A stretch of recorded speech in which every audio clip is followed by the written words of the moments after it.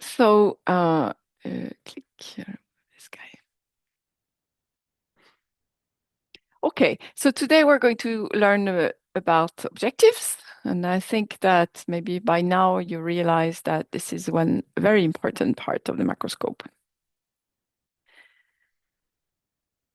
So I have shown this to you before. This is an extract of some screenshots from a really, really nice video that you can watch, which demonstrates how the point spread function is formed inside the macroscope.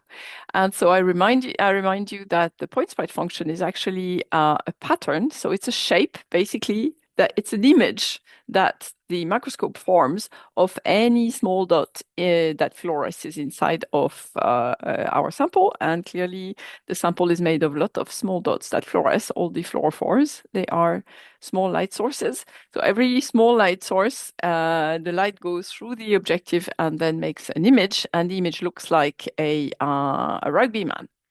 And so this image is called the point spread function. And it's a characteristic of the microscope. So it just characterizes the shape, characterizes the microscope. So this is explained in this very nice video that you can watch. And it's a little bit, you can think about this, the point spread function, as the brush for a painter.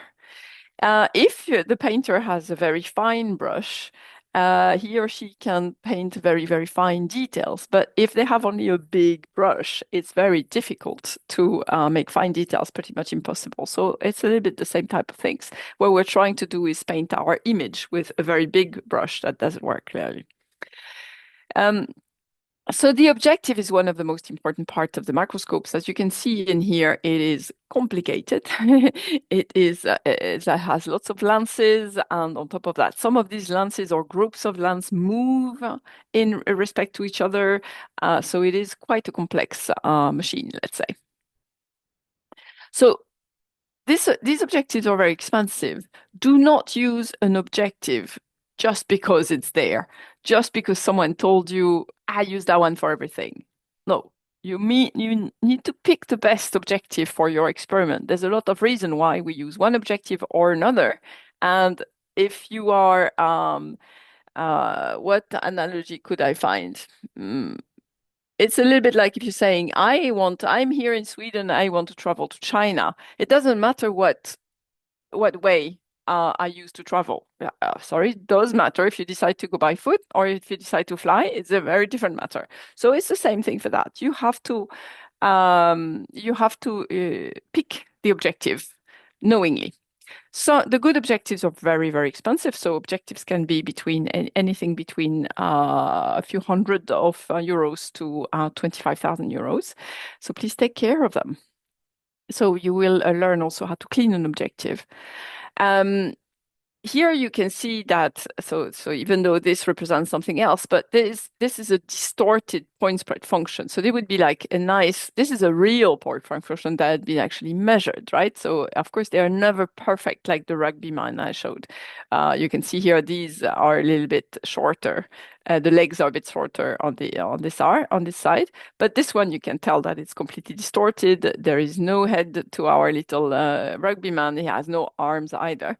So it's completely distorted. Very often the distorted point spread function, they have the shape of a banana.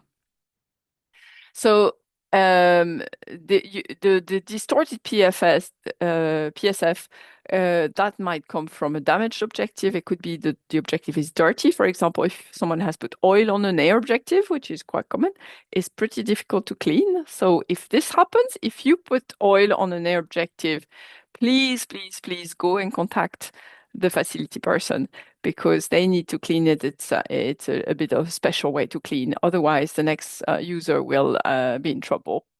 So it could be also that you've used the wrong immersion medium. So for example, yeah, oil instead of air, but also sometimes it can be water instead of oil, for example. I'm going to go through the different aspects of an objective, the different specifications and why they matter for us. So the first thing we can think about when it comes to magnification, to objective is magnification and the field of view. So the magnification is always written on the objective and it's always a number followed by an X, right? So this is the magnification. This is a 10X objective. The magnification influences the field of view. So the field of view, often abbreviated as FOV, is the size of the sample area that fits in the image. So when you grab an image, whatever you get in your image, this is the field of view. It depends on several things. One of them is the magnification, but it also depends on the zoom area. For example, if you're in a single point confocal, if you have zoomed a lot, you will see less. If you de-zoom, then you see more. And also on the camera-based system, if you have cropped the camera or not. It also depends on the macroscope. So there are several things that influence the field of view, but one of them is the magnification. You can compensate for a small field of view. So if you use a high magnification objective, you have a small field of view. You can compensate by acquiring many images and pasting them together. This has different names in different software and companies. It can be called a mosaic, tiling, large image, overview, etc. I'm sure other people have invented something else, but basically it's all the same thing. We take lots of images, we put them together so that we increase the field of view. In some cases, it is important to magnify more than the objective magnification. And there is an extra magnification lens that is in the macroscope that you can put in or out. So we will talk about this. Why would we need to add an extra magnification compared to the objective or not? But if you use this, and I must say this only applies for people who work with camera-based systems, then you need to know that it's there because it's very useful, and you need to know if it's in the macroscope or not. Otherwise, you'll get very strange results. So this was the working distance. This was the magnification in the field of view. Another specification of the objective that is important is the working distance. It's often abbreviated WD. The working distance is the distance between the front lens. So this is the objective. This is an upright macroscope, right? Because it comes from above. The objectives are above the sample. And here we have the front lens. So the distance between the front lens and the closest surface of the cover slip or the glass, but it should be a cover slip. This is the working distance. If the working distance is too short, what happens is that when you want to keep focusing inside the sample, you can focus at the surface, but then when you go deeper and deeper inside the sample, the objective is going to bump into the cover slip. And in some cases, if your sample is far away from the cover slip, maybe you will not even be able to focus. So you keep trying to focus, and actually, maybe the sample moves like this. It's because you're lifting it up. I'm sure it has happened to some of you who have a sample that is not directly on the cover slip. So a long working distance is required for objectives that are far away from the cover slip or when you want to image deep into the sample. This is an example of an objective, a Nikon objective, a 60x objective, and a 1.4, and I will explain this later. And this is an oil objective, and the working distance is 130 microns.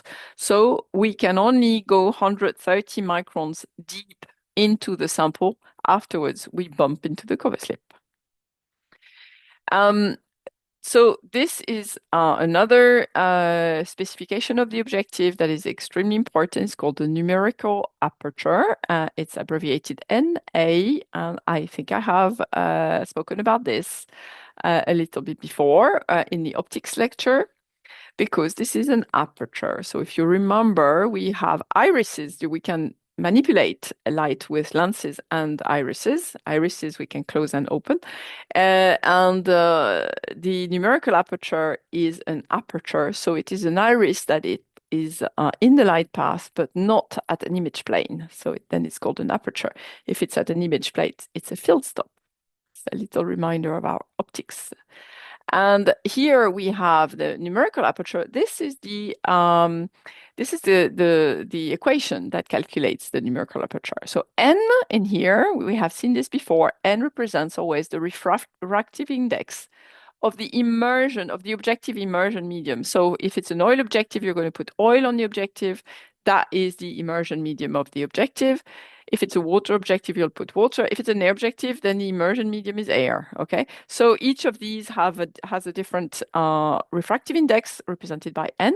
And then the sign mu here is basically here we have the cover slip. We have in this upright microscope, we have this objective with the front lens, and you can see that there is a little fluorophore here that fluoresces and some light only, so it fluoresces in all directions, but only this light that goes in this cone enters the objective. So it's limited by the edges of the objective. And the half angle here is mu. So the sine of mu participates in the equation that calculates the numerical aperture. So because we have the sine of mu and n, the refractive index, the numerical aperture has no unit. Okay, so it's just a number. It has no unit. A little bit like a ratio, for example. So you can understand that the numerical aperture is going to depend on how wide this angle is, right? Here we're going to have a higher numerical aperture than in here because the angle is wider here. So it is always written on the objective and it's written after the magnification. So this is the magnification. We always have a slash and then there is the numerical aperture. And again, that has no unit. And this is true for all manufacturers of objective. It's always written that way. So you can look at your objective and then you will know the numerical aperture after the slash. And this is one of the things you have to do if you have not filled in the specification sheets that you have for your microscope. You had to fill in all your objectives. If you're missing some numerical apertures, please go and fill it in when you go back to your microscope. So air objectives always have a numerical aperture below 1, and but for example, an air objective that has a numerical aperture almost at 1 is a very high numerical aperture. So it's sort of a class. We have classes of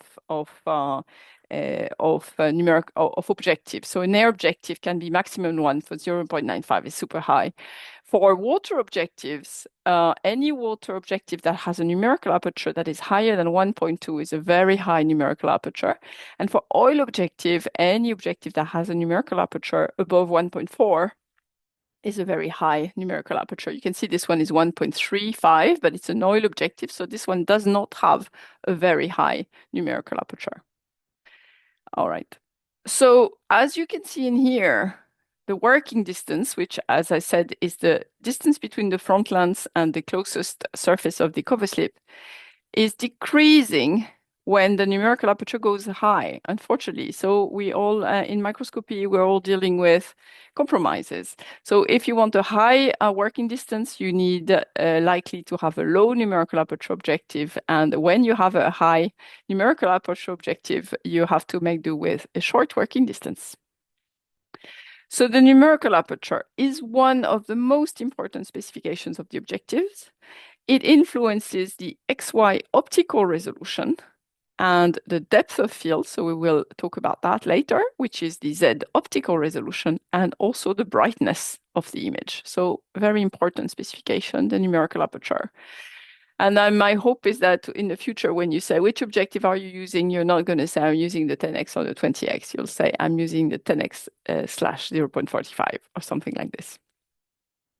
So here is another specification of the objective. It is the XY optical resolution that it delivers. So I remind you, what is resolution? It is the smallest resolvable distance between two dots. It is a distance, right? The resolution. And so it has a unit in nanometers. In this course, we will use the following equations for the XY optical resolution. So here they are. For both wide field and confocal, we're going to use the same resolution, 0.61, so this is a constant, multiplied by the emission wavelength of the fluorophore that we're using, and divided by the numerical aperture. So you can see the numerical aperture is in the equation for the XY resolution, so it is an important specification. So we're going to use the same equation for point confocals, but we have an increased contrast. So I'll explain all this today. And we have a if we have You can see in this equation, sorry, someone calling me to turn off. So you can see in this equation that the pinhole size does not participate in this equation.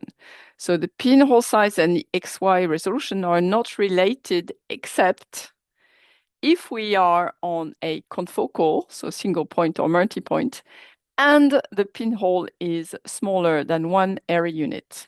Okay, so I will explain all these things, but just see in here that in our wide field and confocal systems, we use the same equation for the XY resolution that is delivered by the objective. So this is called the optical resolution.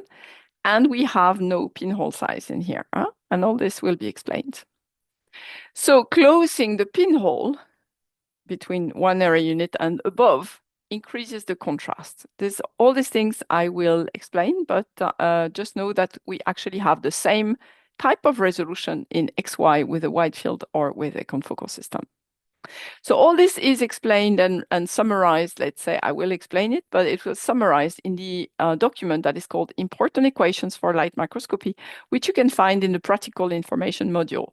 So you can always go back there to get the summary, or you go back to the lectures if there is something that you wonder.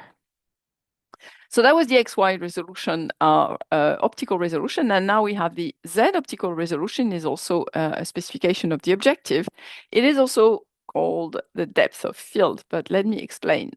So the depth of field is, you see in this nice image of the Swedish archipelago, flora, you can see that there are some things that are out of focus and there are some things that are in focus. But these two little stems here, they are in focus, but they are not at the same distance from the camera. So it means that within one image, and it's the same thing for a microscope, when we acquire an image, we have a number of things there that are not really exactly at the same level in our Z level, in our object, but anywhere they are in focus in the image. So this is the depth of field. The depth of field is the thickness of the sample that appears in focus in a single Z plane. Okay? So the Z optical resolution is the smallest, it's the same thing as the XY resolution, is the smallest resolvable distance between two dots that are located at different Z planes. So it's also a distance, so it's also in nanometers. So now we have two dots at different Z planes. How can we resolve them? This is the distance between them. That's the resolution, the optical resolution. So if two dots in your sample are at different Z planes, but are both in focus at the same time, they cannot be resolved. So they cannot be separated, okay? And this is a little bit the same thing for this.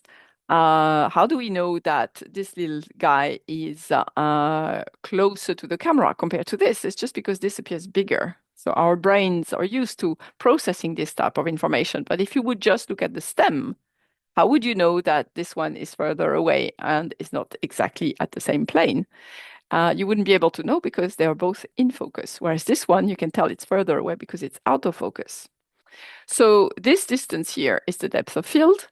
And the depth of field limits the Z resolution, basically, because everything is in focus in the image. And so we cannot tell if it's, we cannot separate the object. The depth of field equation is used to calculate the optical Z resolution. So in this course, we will use the depth of field equation as the Z optical resolution. And what you can see in here is that I'm going to use the same equation for a wide field or a camera-based system. I should have used here because even for a light sheet, it's the same thing. And a single point confocal. So we're going to use the same equation, and this equation is 2 times the emission wavelength of the fluorophore multiplied by this n, which, if you remember well, it was the refractive index of the immersion medium of the objective. So if you have oil on your objective, this is going to be the refractive index of oil, which is maybe 1.52. So multiplied by the wavelength of emission and then 2, and then divided again by the numerical aperture. And this time the numerical aperture is squared. I remind you that in here it was not squared. So in the XY optical resolution, it's not squared. And in the Z optical resolution, it's squared, which means the numerical aperture has an even bigger impact on the resolution in Z compared to the resolution in XY. Okay. And again, we have this thing about in wide field, we have a low contrast in sync samples. And in single point confocal, if we close the pinhole smaller than 1 area unit, some things change. All right. So, but we're going to use these equations throughout the course. We have when we have a high numerical, it's a little bit like the working distance. So if we have a high numerical aperture objective, unfortunately, the depth of field is smaller.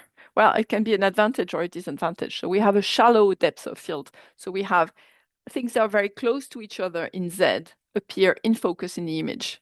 And if we use a long working distance, a low numerical aperture objective, we have a bigger depth of field. So more things that are far away in Z actually appear in the image as in focus. So with a high numerical aperture objective, we have a shallow depth of field. So only a very thin section of the sample is in focus and the rest is blurry. So we can use this to our advantage. So because of this, we need to have a focus strategy with high numerical aperture objectives, especially. So, so we will talk about the focus strategy today.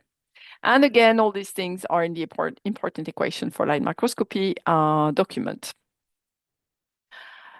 So resolution. Now I've introduced two equations, one for the XY optical resolution and the other one for the the Z optical resolution.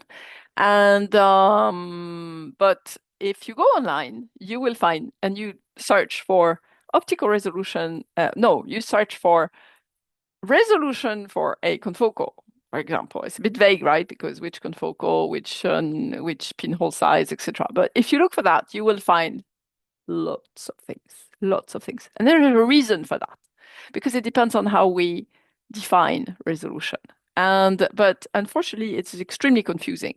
So online, you find many, many things that are called resolution. For example, the full width half max, I will show you what it is used a lot as as the definition of resolution.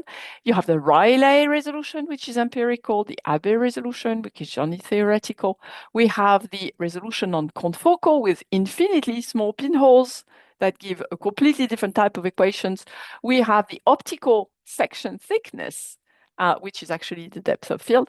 And then we have, so we have the depth of field and we have the depth of focus sometimes comes up as the resolution. This is completely wrong because the depth of field and the depth of focus are often confused, but this refers to the camera, so it has nothing to do with the objective.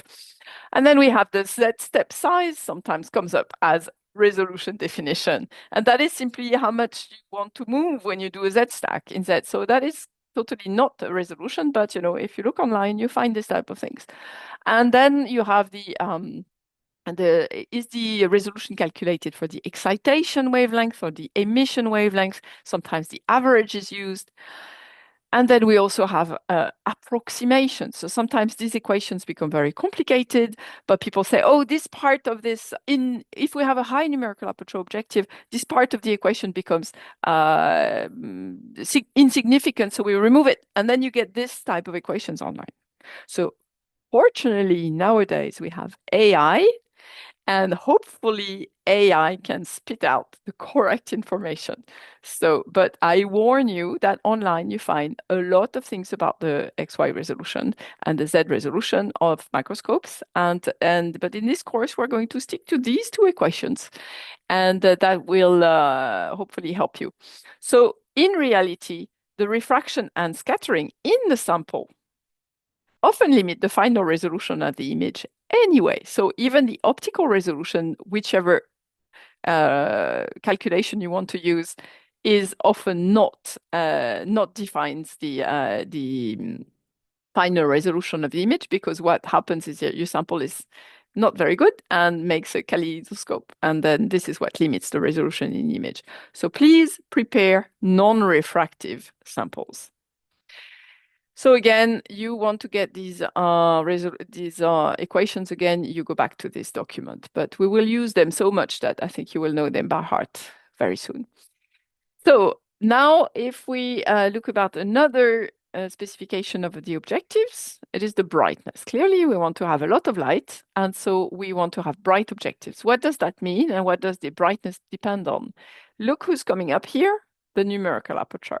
And here we have to the power of 4.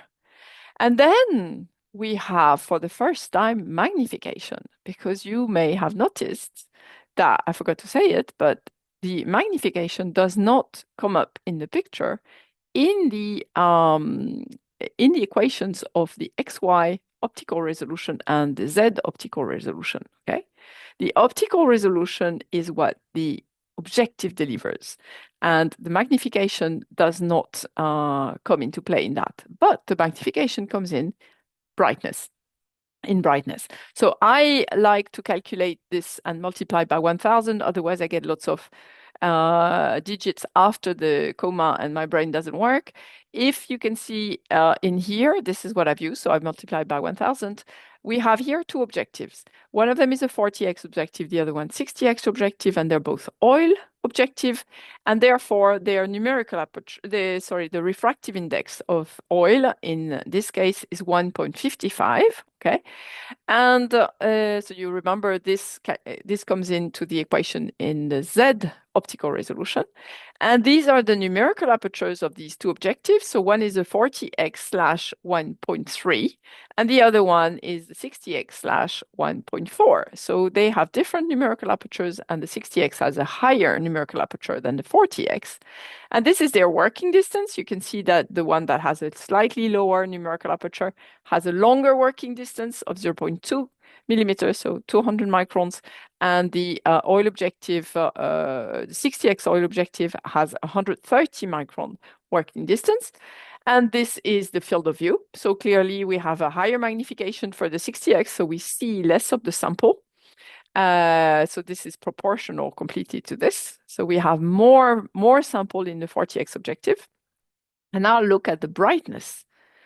The numerical aperture is not very, very different. And so even though we have a power to the 4 in the equation, it doesn't make a big difference. But we have magnification squared, and this is a big difference. And therefore, the 40x objective is much brighter than the 60x objective, right? So going up in magnification is totally not always what you want to do. So you want to go up in magnification if you cannot do anything else, because you're losing field of view and you're losing brightness for equivalent numerical aperture. If there's a big difference in numerical aperture, then you will have it's possible that the brightness is reversed. And if we look at the resolution, the optical resolution in X, Y, and in Z, you can see here that the optical resolution is almost the same between these two objectives. And there's a little bit worse resolution in Z for the 40x compared to the 60x, but they're not super far away from each other. So please do not just, we have people who come and say, oh, I want to use the 100x. I was like, no. We're not going to do that. We're going to look at the specs and figure out if we have to, because if we don't have to, we don't want to. Okay, so all right, so another specification of the objective is the immersion medium. So I spoke about that before, and this is the medium that we put on the objective. So if it's an air objective, it's going to be air. If it's a water objective, we're going to put water on the objective, and you can have maybe silicone or glycerol, or you can have oil objective, in which case that's what you put on the objective. Okay, so this is called the immersion medium. So it's a little bit confusing with the mounting medium. Mounting medium is for the sample, what you put on your sample. Immersion medium is what you put on the objective. Each of these things here has a refractive index, And here are the refractive indices. You don't have to learn them by heart, but I think that at the end of the course, you will know the most important for you. So air is the sort of the reference, so it's 1. And then water is 1.33. Oil is, depends on the oil, 1.52, 1.55. And an uncleared sample can go from anything that has the same refractive index as water all the way up. So anything from 133 upwards. Embedding media, so in general, the media that you put on your sample or you clear your sample with, they are also between water and oil, let's say. Glass has the same refractive index as the oil. And optical plastic that you can find sometimes at the bottom of the dishes that are meant for you to image has a lower refractive index than glass most of the time, but not always. And yeah, we will talk about all this. Why does that matter? So I've explained to you refraction this way. You can remember we have here here is air, so it's the refractive index is 1. In glass, we have 1.52, 1.55, and here we have water 1.13, and the light coming from one medium to another is changes direction. And for that reason, the pencil looks broken and it also looks bigger. Oh, I forgot to. Okay, so the sample often has different refractive index and it's heterogeneous. So it's unfortunately our samples are not like this, and they have lots of different refractive indices. And so the refractive index matching is an important part of sample preparation, and this is something we're going to do today, so that the sample does not act like a kaleidoscope. Now, another specification of the objective is the sensitivity to aberration and the correction color. So what is a correction color, or you can call it a correction ring or the objective ring? All this thing is the same thing. Here is an objective, and here you can see something with some little lines to make it easy to turn. So this part here turns on the objective, and it is a correction color.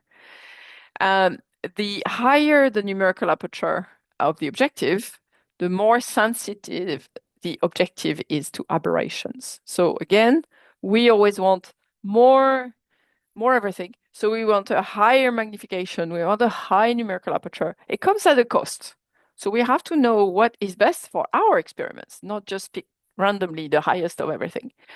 So low numerical aperture air objectives are least troublesome for lots of different things. But their optical resolution is lower because they have a lower numerical aperture, but they are easier to use.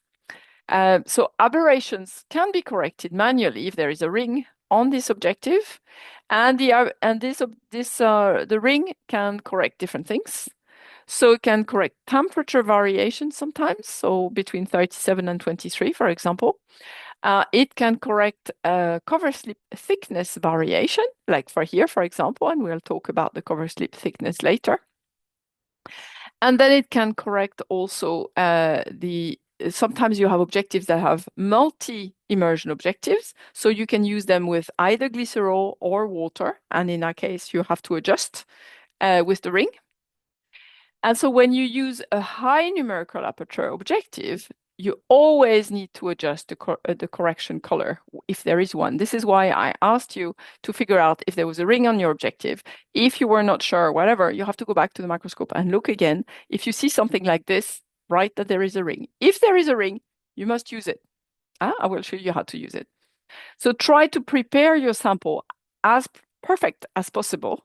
So use cover slip number 1.5. This is something we will talk about. So this is the thickness of the cover slip. So you should always use the correct cover slips and put your sample directly on the cover slip, not on the slide. So you'll hear this several times. If you can't do this, then you have to use the minimum amount of mounting medium. And then match the refractive indices of the objective immersion medium and the sample if it's possible.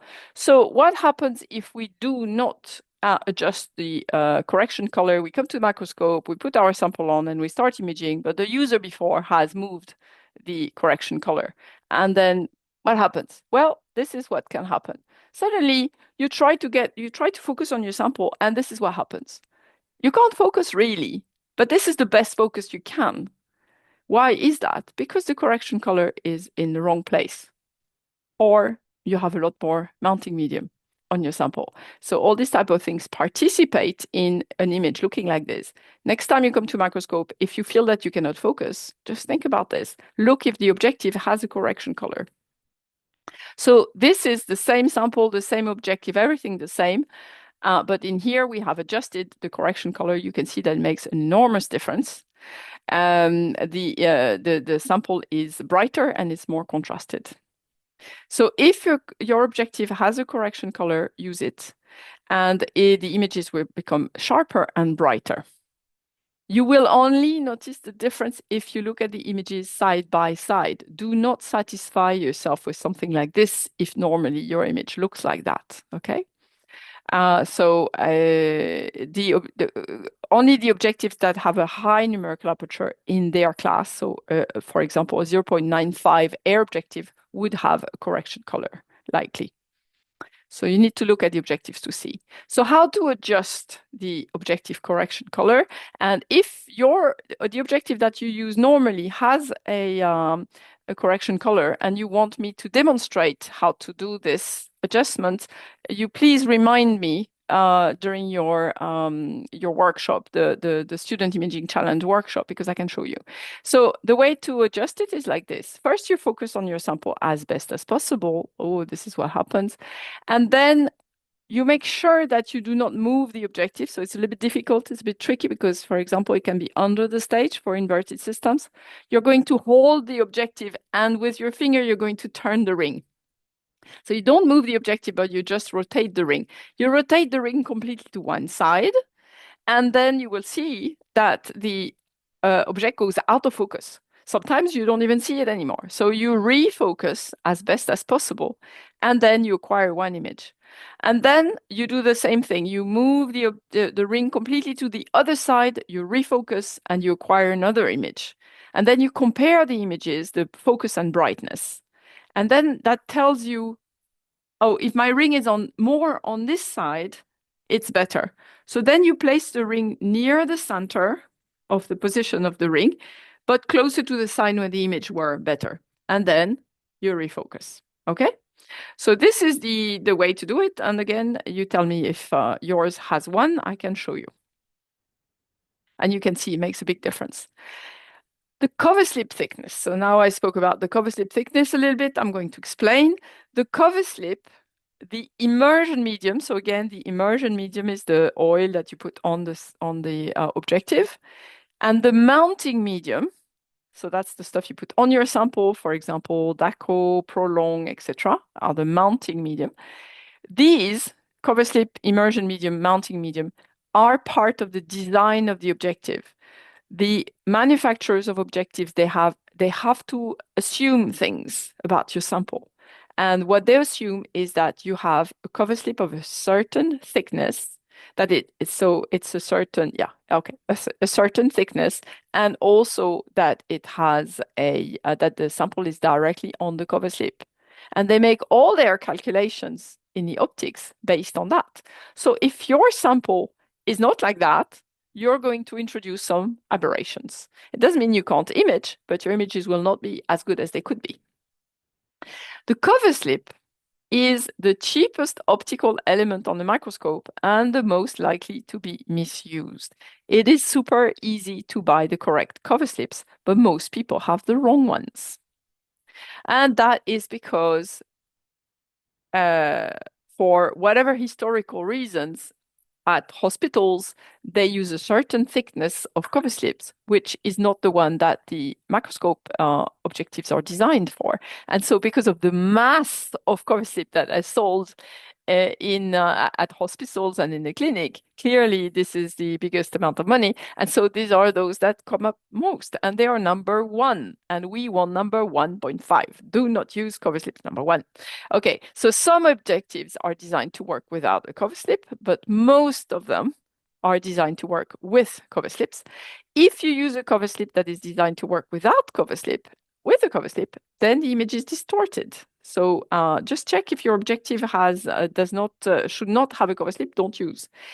Um, so all other objectives apart from these, which are called dipping objectives, all other objectives are designed to use cover slip number 1.5, and number 1.5 is a standard for the thickness. It means between 160 and 190 microns. You can also have cover slips number 1.5H, and H is for high precision. In this case, the range is smaller, but it's anyway centered around 170 microns. So this is what 170 microns is what the manufacturers expect you to use when you have a cover slip. So you should stick to that, right? So you can see in here on the objective, it is written 0.17. This is what it means. This objective has been designed to be used with a cover slip of 170 microns. And you can see in here in this ring that we have the ring to compensate if we use a different cover slip or different thickness in mounting medium. So you can use this to adjust the ring. So I spoke about the objectives that are designed to not have a cover slip. These are called dipping objectives, and they are directly into the medium. You should not put a cover slip between your sample and the objective in this case. They are designed to have no cover slip and directly dipped in the medium. This is excellent for samples, live samples that are imaged from the top and that you cannot flip. And they often have a very long working distance because you image it from the top, and also a high numerical aperture if they are very big like this one. So this is an example of dipping objectives. We have from Zeiss, we have a 20x NA 1.0 and a long working distance of almost 2 millimeters, and the Nikon with 25x 1.1 with a working distance of 2 millimeters. So these are examples. They're often white like this, so you can recognize them. I think they're always white. And then so those that are just normal metal, they are not dipping lenses, so it's easy to see. Let me check how I'm doing. I'm okay. So contrasting methods, when we have seen that when we image in transmitted light, this is the light that goes through the sample, so it's not fluorescence, we can have contrasting methods, and this can be phase contrast or DIC, differential interference contrast. And this is also written on the objective. For example, you will have PH3. This is a phase objective, a phase contrast objective. Here is a DIC objective that, so it's specified for DIC. The phase contrast objectives, those that are written PH something, there is a ring inside the objective, and that distorts the point spread function when we do fluorescence. So, and this ring cannot be removed, and it blocks some of the light. So these phase objectives are not good if you want to do fluorescence images of fine details. It's okay to use a phase objective for fluorescence if you do not have a very fine details in your sample, but not if you have fine details.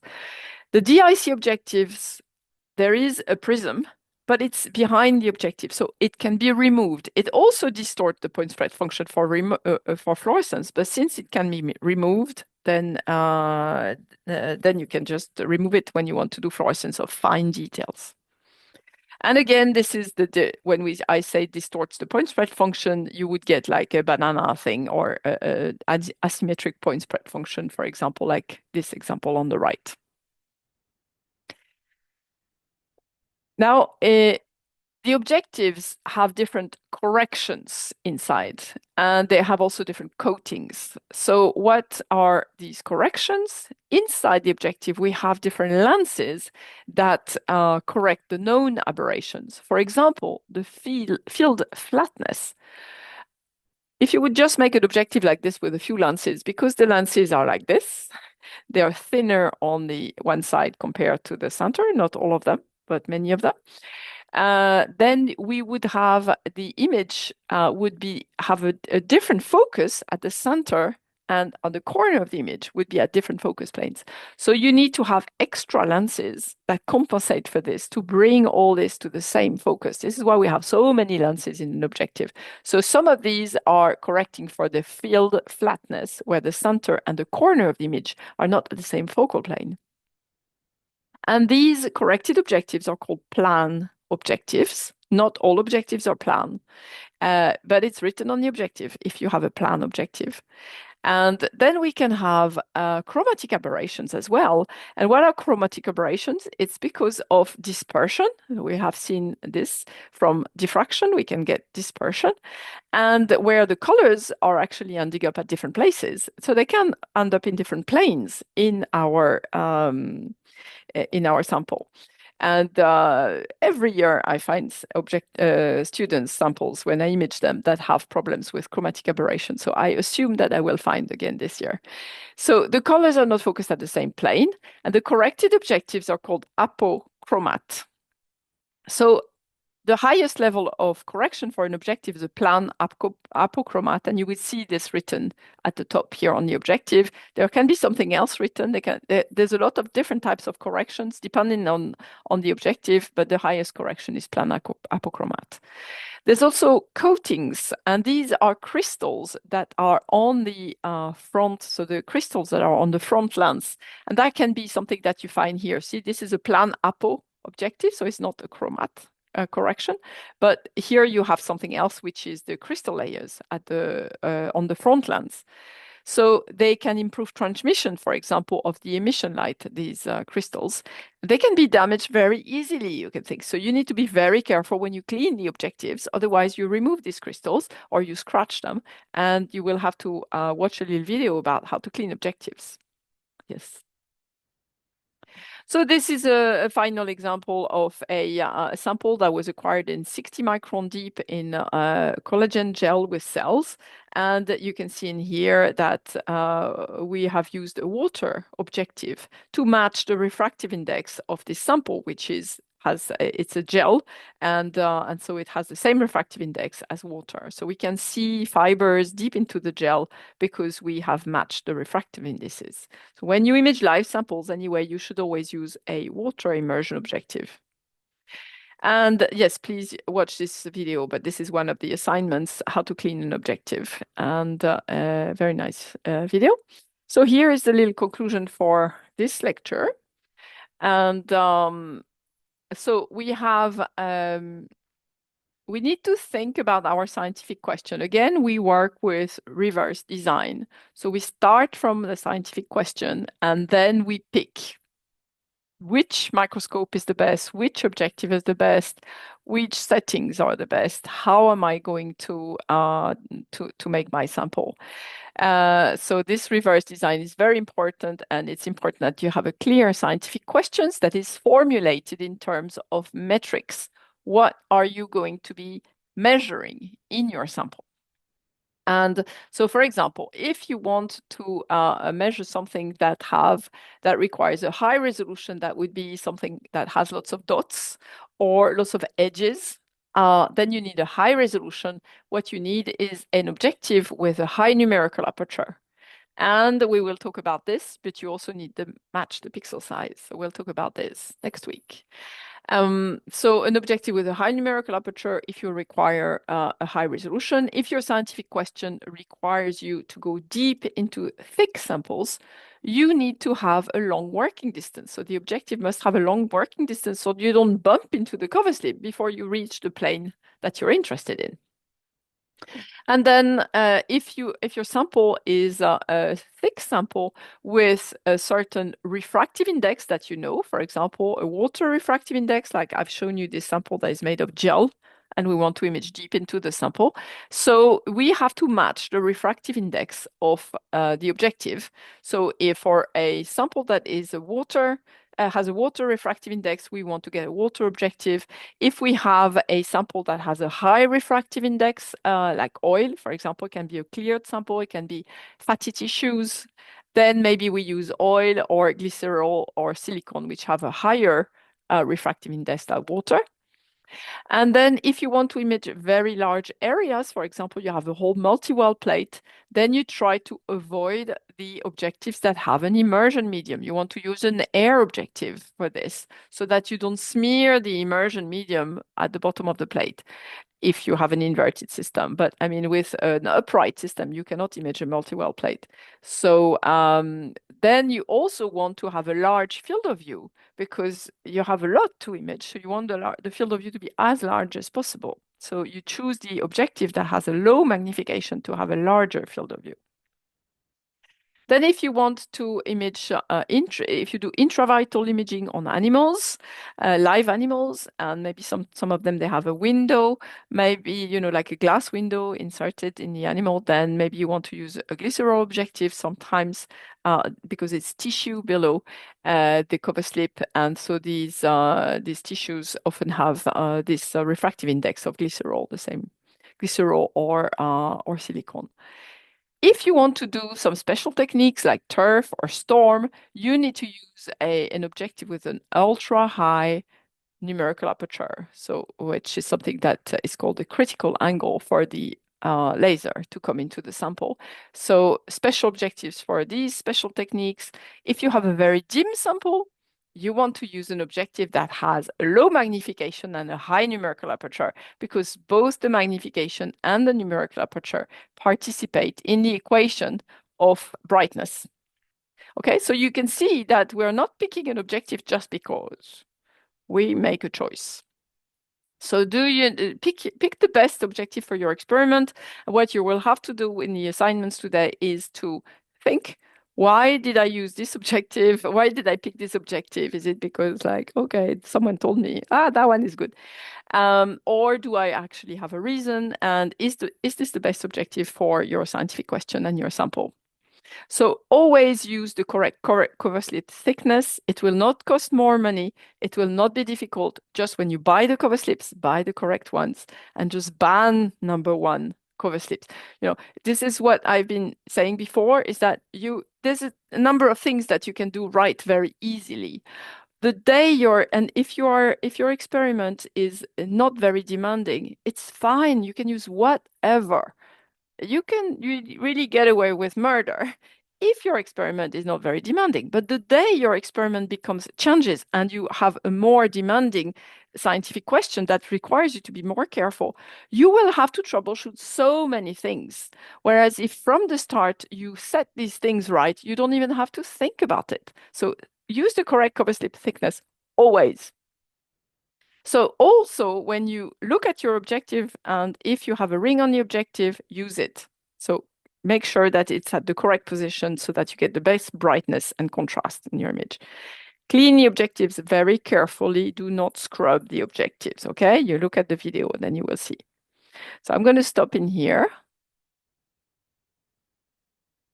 And I want to know, if you have any thoughts, questions or something. Yes? Yeah, I have a question about the cover slip. So if you are using a system where you, for example, have a dish where the cover slip is essentially in the bottom of the dish, you would still put a cover slip on top to seal and everything. But does this extra cover slip actually have any function? Could you image this sample without any extra cover slip on top at all? Yeah. And so this is, I know exactly what your sample looks like. So I know why you put another cover slip, that you sandwich your cover slip, you sandwich your sample between two cover slips, right? This is the way your sample is designed. But actually, most people don't do that. People who have tissue sections, their sample is sandwiched between a cover slip on one side and a slide on the other side. People who have live samples, their sample is sandwiched between a cover slip on one side and medium on the other side. So the other cover slip, the only cover slip that matters is the one that is between the sample and the objective. The other stuff is just because you find it convenient to mount your sample in that way, but really it doesn't matter at all. The whatever. So if you have, for example, a slide, a tissue section, and a cover slip, the slide does not come into play whatsoever. Because why? Why? Because fluorescence, Yeah. It will never, yeah, it isn't transmitted through the entire sample. We're just, both the excitation and the emission go back through the objective. yeah. Yeah. Okay, thank you. So this means that when you image in transmitted light, whatever you put on top, if you have an inverted system, matters. So in transmitted light, if you want to have the best resolution in transmitted light, and again, transmitted light is a high resolution technique, but it's a low contrast technique. So we can have very high resolution in transmitted light. But if you use DIC, differential interference contrast, to increase the contrast in transmitted light, then you don't want to put plastic in the light path. And so if you have a lid with a glass bottom, your cells there, you do the best DIC possible, and you put the plastic lid on top of your dish, this will influence your DIC and distort the DIC. But this is only for transmitted light. Thank you. Angela? Yes, so in some cases, the cells don't grow in a glass cover slip. They attach better to plastic cover slips. But I have had the issue that when imaging, the glass cover slip looks very blurry. So is there any way that we can correct that in the microscope or any other option one can Yeah, use? so basically, glass cover slips, whether they are just cover slips like on their own like this, or if they are attached to a dish, or if they are at the bottom of a multi-wall plate or something like this, it's the same thing. It's a little bit more expensive to produce.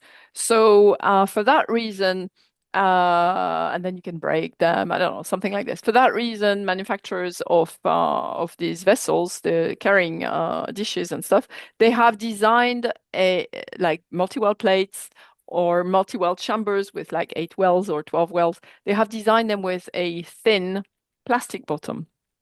And indeed, cells quite often attach to plastic faster or easier than the glass. So there are advantages in using plastic bottoms, but there are also disadvantages.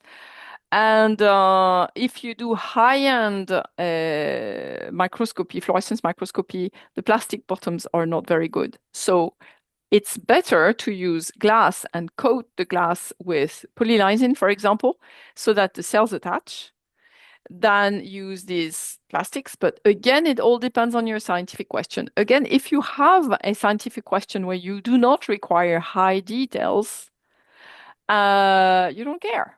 You can do whatever you want. But so you can put this optical plastic. So basically, the optical plastics, they are different from the thick plastic bottoms. So the stuff that we normally grow our cells in, just in incubator, is thick plastic bottom. That we want to avoid altogether for microscopy. But the thin plastic bottoms, we can use them in some cases, but they are disadvantages. And Gabby's going to talk about all this. Yeah, luckily I have a whole sample preparation that I could have talked about it even more in detail, but now it's yeah, we will talk. I will mention all these little tricks and tips when you want to choose and why you should choose certain things or not.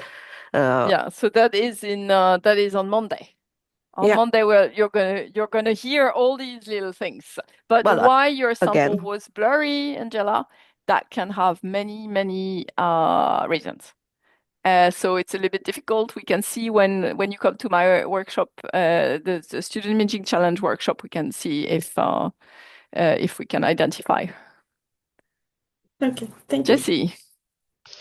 Going back to the Robin question, then if we are doing DIC, it would be better to mount the sample between two cover slides than between cover slide and slide.